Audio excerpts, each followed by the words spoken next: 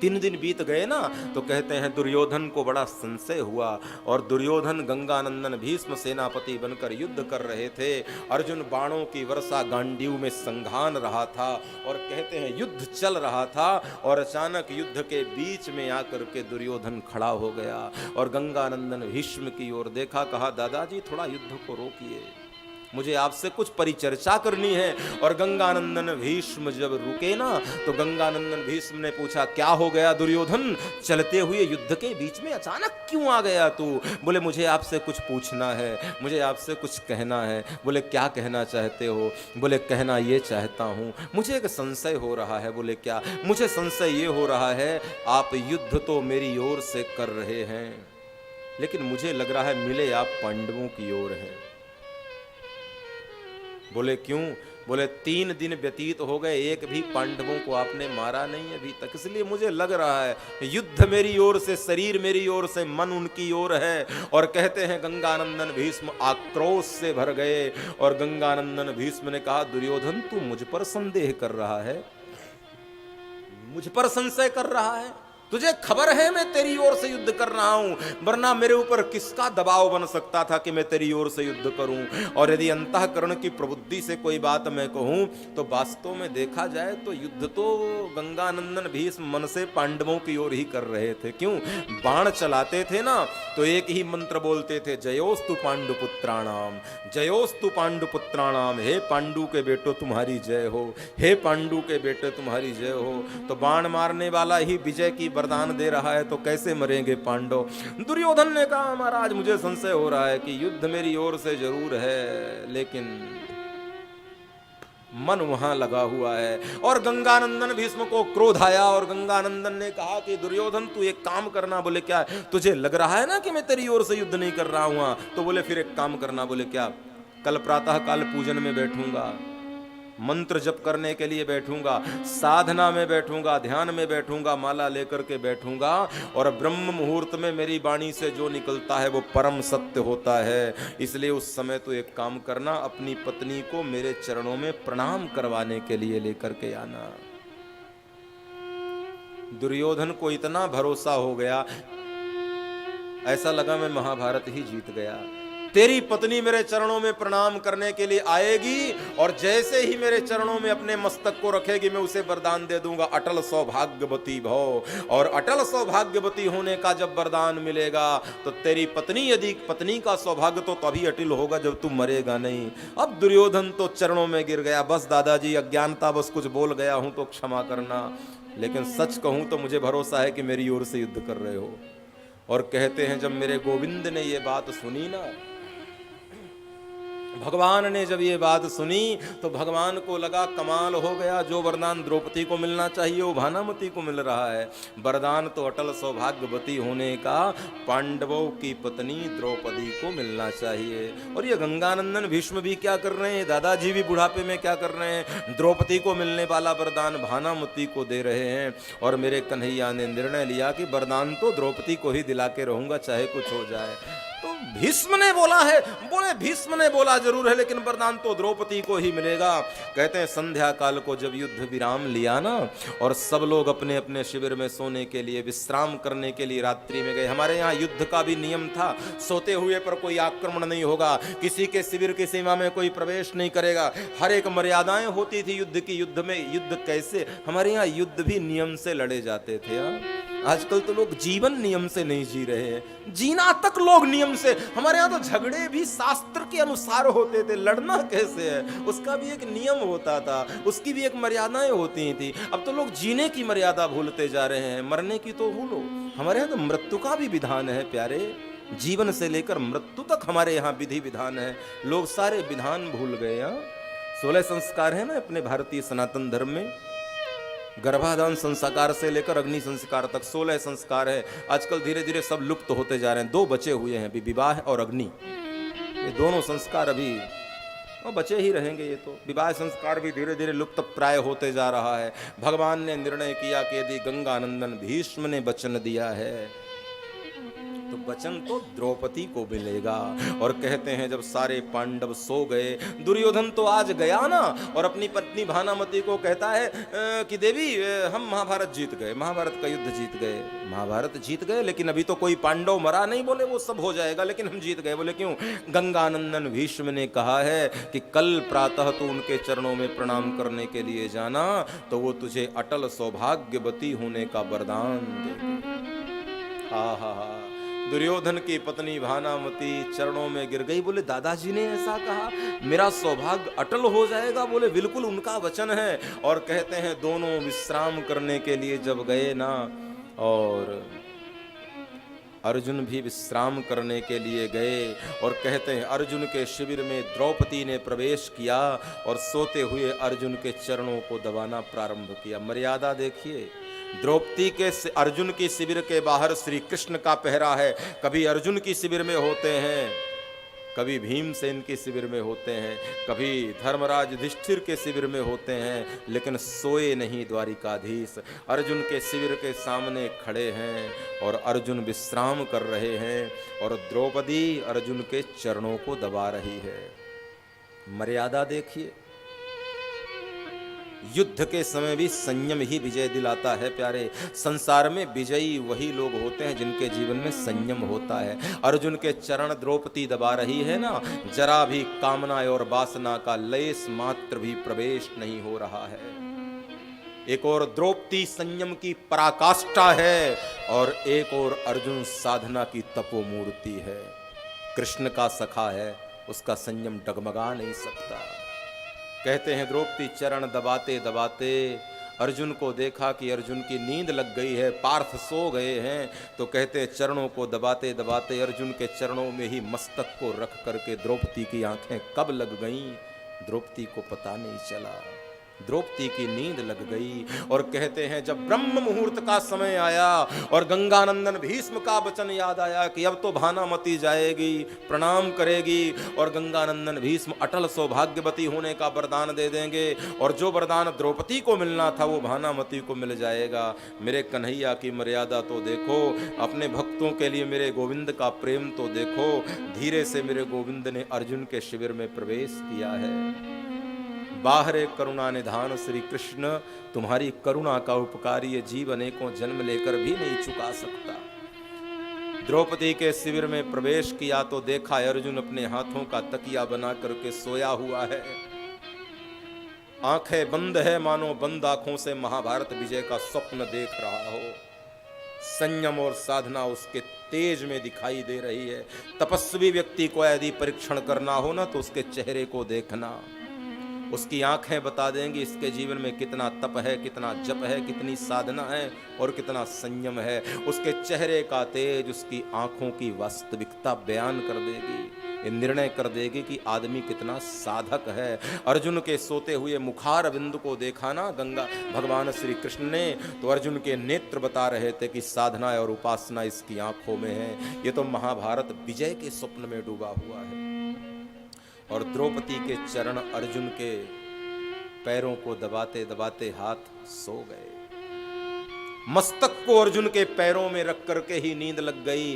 हाथ अभी अर्जुन के चरणों से छूटे नहीं हैं, मस्तक भी चरणों में रखा है। और कहते हैं श्री कृष्ण ने प्रवेश किया शिविर में, और कहते हैं अपना दाहिना हाथ गोविंद ने द्रौपदी के सर पर घुमाया, और जैसे ही द्रौपदी के सर पर मेरे गोविंद ने अपने दाहिने कर कमल की अंगुलियों से थपकी लगाई ना, तो कहते हैं मर्यादा से द्रौपदी की आंखें खुलीं और गोविंद को सामने खड़ा हुआ देखा, तो मर्यादा से खड़ी हुई, साड़ी के पालव के माथे पर रखा और कन्हैया को कहा, ठाकुर इस समय यहाँ कैसे आगमन हुआ। एक क्षण के लिए भी संयम में जो डूबा आदमी होता है ना, वो घबराता नहीं है, वो भयभीत नहीं होता है प्यारे। साधना में डूबा हुआ आदमी किसी भी परिस्थिति में भयभीत नहीं होता, और जिसके जीवन में साधना और उपासना नहीं होगी वो आदमी क्षण क्षण में विचलित हो जाएगा। एक क्षण भी देखा कि कन्हैया आए हैं ना, तो एक क्षण के लिए भी द्रौपदी विचलित नहीं हुई है। आहा, ये कन्हैया गए और सोई हुई द्रौपदी जब पदचाप से नहीं जगी कृष्ण के ना, तो कन्हैया ने अपने दाहिने कर कमल को द्रौपदी के सर पर लगाया, और जैसे ही दाहिने कर कमल को द्रौपदी के सर पर लगाया, द्रौपदी की आंखें खुली, चरणों में प्रणाम किया। गोविंद, इस समय आप कैसे आए? कन्हैया ने बस इतना ही कहा, द्रौपदी चलो मेरे साथ। और भागवत जी का एक इतना सुंदर निर्णय है कि जैसे ही कन्हैया ने कहा द्रौपदी चलो मेरे साथ, द्रौपदी ने पूछा भी नहीं कहाँ चलना है, क्यों चलना है, किस लिए चल, ये पांडवों का समर्पण है। द्रौपदी ने प्रश्न भी नहीं किया कहाँ चलना है, किस लिए चलना है। भगवान पर भरोसा हो, भगवान पर लगन हो प्यारे, तो इस प्रकार की लगन हो।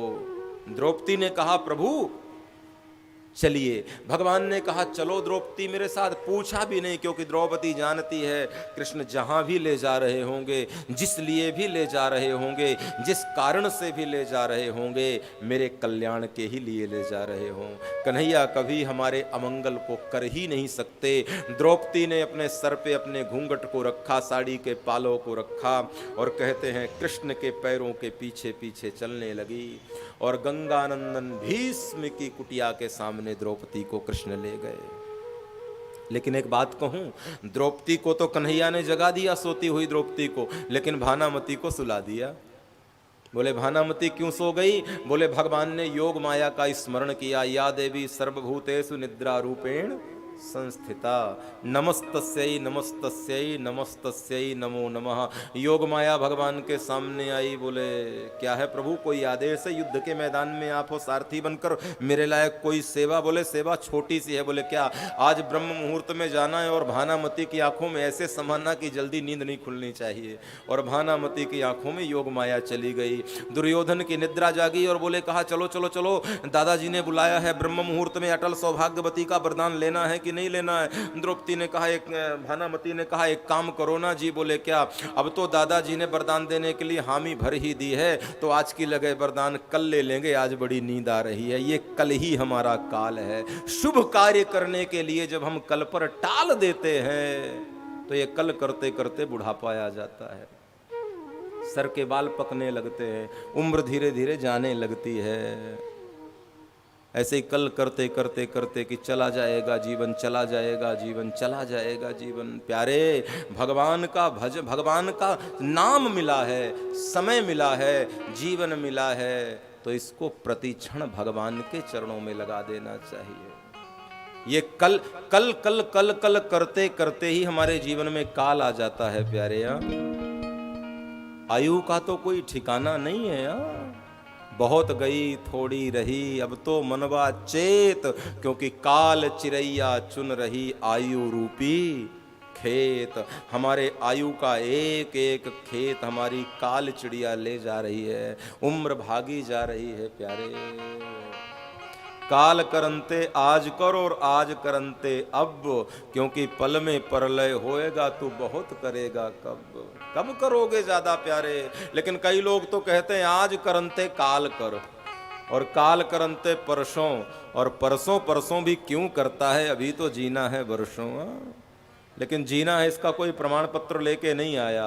भानामती के जीवन की यही एक बड़ी घटना। भगवान ने योग माया को भेजा, बोले भानामती की आंखों में समा जा। दुर्योधन की नींद खुली, और भानामती ने कहा दादाजी ने वरदान देने के लिए बोल दिया है, तो जरूर देंगे, कल चलेंगे हम। और कहते हैं भानामती की आंखें लग गई, और द्रौपदी को गंगानंदन भीष्म के शिविर के सामने मेरे गोविंद ने ले जाकर खड़ा किया, और गंगानंदन भीष्म के शिविर में ले जाकर खड़ा किया, और कहा द्रौपदी अंदर जाना और गंगानंदन भीष्म के चरणों में प्रणाम करना। लेकिन एक बात याद रखना। बोले क्या? घूंघट हटाना नहीं, और जब तक कोई आशीर्वाद ना दे दे तब तक कुछ बोलना नहीं, क्योंकि तूने बोला तो उन्हें पता लग जाएगा तू कौन है, भगवान ने मन में सोचा। और द्रौपदी को कहा जाके गंगानंदन भीष्म को प्रणाम करो, और कहते हैं गंगानंदन भीष्म के चरणों में द्रौपदी ने जाकर के प्रणाम किया। पैरों की आहट जो हो रही थी ना गंगानंदन भीष्म के कानों में, वो समझ गए थे ये भानामती के पैरों की पदचाप नहीं है। एक बात कहूं, कोई साधुता से भरा हुआ व्यक्ति आपके घर पे आएगा, उसके आगमन के पदचाप से आप अंदाजा लगा सकते हो कि ये व्यक्ति चल इस तरह रहा है, तो इसकी विचार शक्ति कैसी होगी, इसका हृदय कैसा होगा। उसके आने से अंदाजा लग जाता है। द्रौपदी जब चल रही थी ना, गंगानंदन की शिविर के अंदर प्रवेश कर रही थी, तो द्रौपदी ने अपने पैरों में जो पाजेब पहने थे, उनमें जो नूपुर लगे हुए थे, उनके भजने की बजने की ध्वनि से गंगानंदन समझ गए थे ये भानामती नहीं हो सकती, इसके तो नूपुर की ध्वनियों में भक्ति की महक आ रही है, खनक आ रही है, ये तो कोई और है। लेकिन ध्यान में डूबा हुआ साधु नेत्र नहीं खोलता। क्यों? उसे जगत का कोई भी विषय इतना महत्वपूर्ण नहीं लगता कि अपने ध्यान की अवस्था को तोड़कर वो जगत को देखे। और जो आदमी ध्यान में बैठे और बार बार आंखें खोल खोल के इधर उधर देखे, तो समझ लेना कि ये ध्यान में बैठा ही नहीं है। ध्यान में बैठा साधु तो भगवान दिखते हैं उसे प्यारे, और जब ईश्वर की छवि उसे दिखती है तो ईश्वर की छवि को छोड़कर भी जो बाहर के संसार को देखे, समझना वो ध्यान में बैठा ही नहीं है।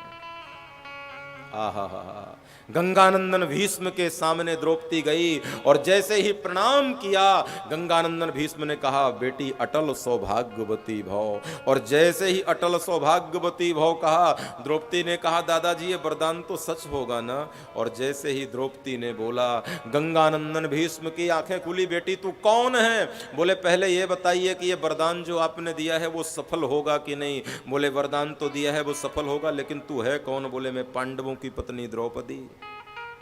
लेकिन यहां तो भानामती को आना चाहिए था, और भानामती की जगह तू आई है, तू आई कैसे? पहले ये बताओ वरदान सफल होगा कि नहीं। बोले वरदान तो सफल होगा, मैंने बोला हूं। तो यदि आपका बोला वरदान सफल होगा तो मुझे एक बात और बताइए, कल भानामती के लिए जो वचन दिया है उस वचन का क्या होगा?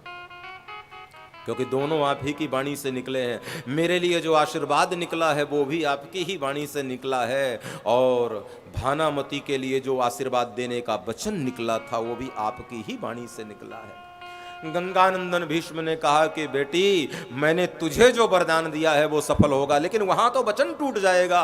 भीष्म जी ने कहा वो जो वचन दिया था ना वो क्रोध में आकर के दिया था, और वरदान तुझे दिया है मैंने प्रसन्न होकर के दिया है, और क्रोध में बोली गई बात का कोई निर्णय सही नहीं होता। इसलिए क्रोध में कोई निर्णय नहीं लेना चाहिए। हाँ भैया, क्रोध में निर्णय आए ना तो उस निर्णय की कोई बड़ी जिम्मेदारी नहीं होती। इसलिए तुझे वरदान दिया है वो प्रसन्न होकर के दिया है, और प्रसन्नता से दी हुई बात हमेशा पूरी होती है। और जो वरदान वचन मैंने भानामती के लिए दिए तो वो तो क्रोध आक्रोश में आकर बोल गया मैं। लेकिन द्रौपदी एक बात कहूँ? बोले क्या? मैं जानता हूँ यहाँ तू अकेली नहीं आई है, और मैं जानता हूँ तुझे यहाँ कौन ला सकता है।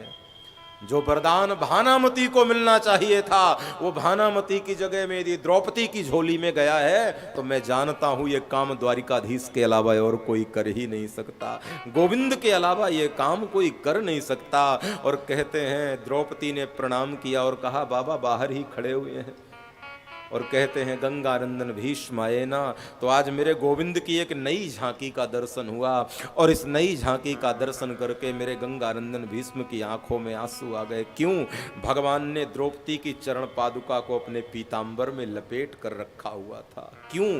कोई सेवक द्रौपदी की चरण पादुका को पहचान करके गंगानंदन भीष्म के पास चला न जाए कि महाराज भानामती नहीं द्रौपदी आई हुई है। इसलिए कन्हैया तो बचपन का चोर है, चोरी कैसे कैसे पकड़नी है, चोरी में कैसे सफल होना है, ये ठाकुर के अलावा और कौन जानता है। तो एक और चोरी तो करी कन्हैया ने कि भानामती की जगह द्रौपदी को भेज दिया, लेकिन चोरी पकड़ी न जाए इसलिए द्रौपदी की चरण पादुका को उठाया और अपने रेशमी कीमती पीतांबर में लपेट लिया।